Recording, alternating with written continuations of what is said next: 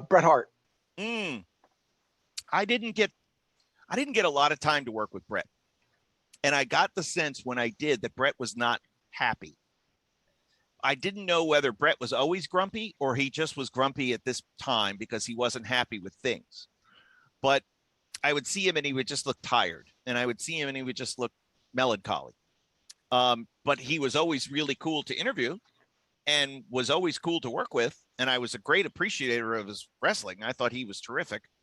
Um, but I kind of felt like the way things were changing within the industry and within the company, he was not a fan of a lot of it.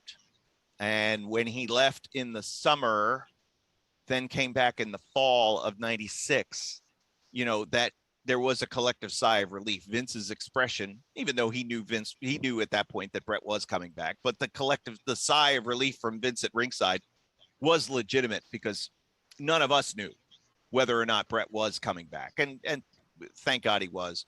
And only to leave like a year later, because that was October of 96. And then November of 97, he was gone. So that was, and then during 97, they were working on that documentary. So when I interviewed him after he won the title from Taker at SummerSlam with Shawn as the referee. And so we now talk about him being a 5-time champion.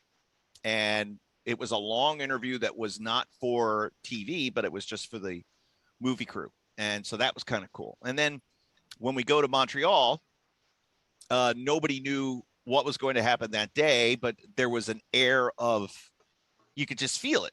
There was some sort of tension in the air, but it wasn't really that different than what I had seen with Bret the whole time. He was just sort of there. And but so in the movie, the scene where Julie confronts Triple H and Shawn in the hallway, right. I am literally standing behind that camera because as soon as the finish went down, I'm sitting in the WWF.com room watching the show.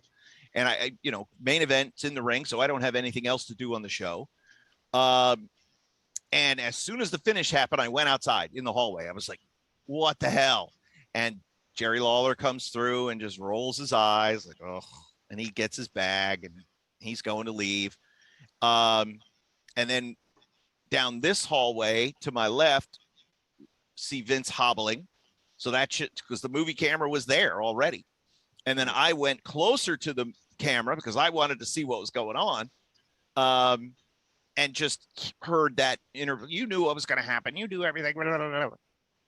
And then apparently Vince got slugged. By that point, I was gone.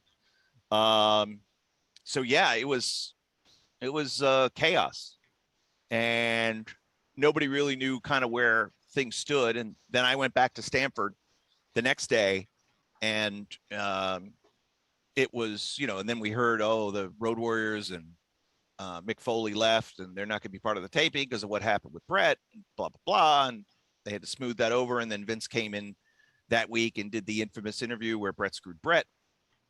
So everything wound up working out. And I was also, I always kind of say I'm sort of like the Forrest Gump of wrestling, is that I'm there, and I was there for so much, but I wasn't involved in it. Vince Russo worked right across the hall from me.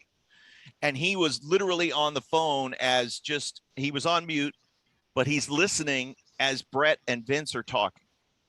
And I had a magazine question, and I just poked in, he's, yeah, come on in. Bro, you have no idea. Vince is going over every possible scenario with Bret. This disqual, we could run this guy out, DQ. We could do this, and Bret is shooting every idea down. I was like, oh man, good luck getting that in the ring. And that's exactly what happened. So a lot of what has been reported was absolutely true. What we didn't know was who made the decision when, who was clued in on it, who knew. And, I never believed that Bret was party to it. Some people do believe that, as conspiracy theory goes, that he was in on it, knew what was going on. I never got that sense because so much of what was being said around that week was true because I was hearing it. I was hearing from, as Vince Russo was on the phone, listening in, just taking notes.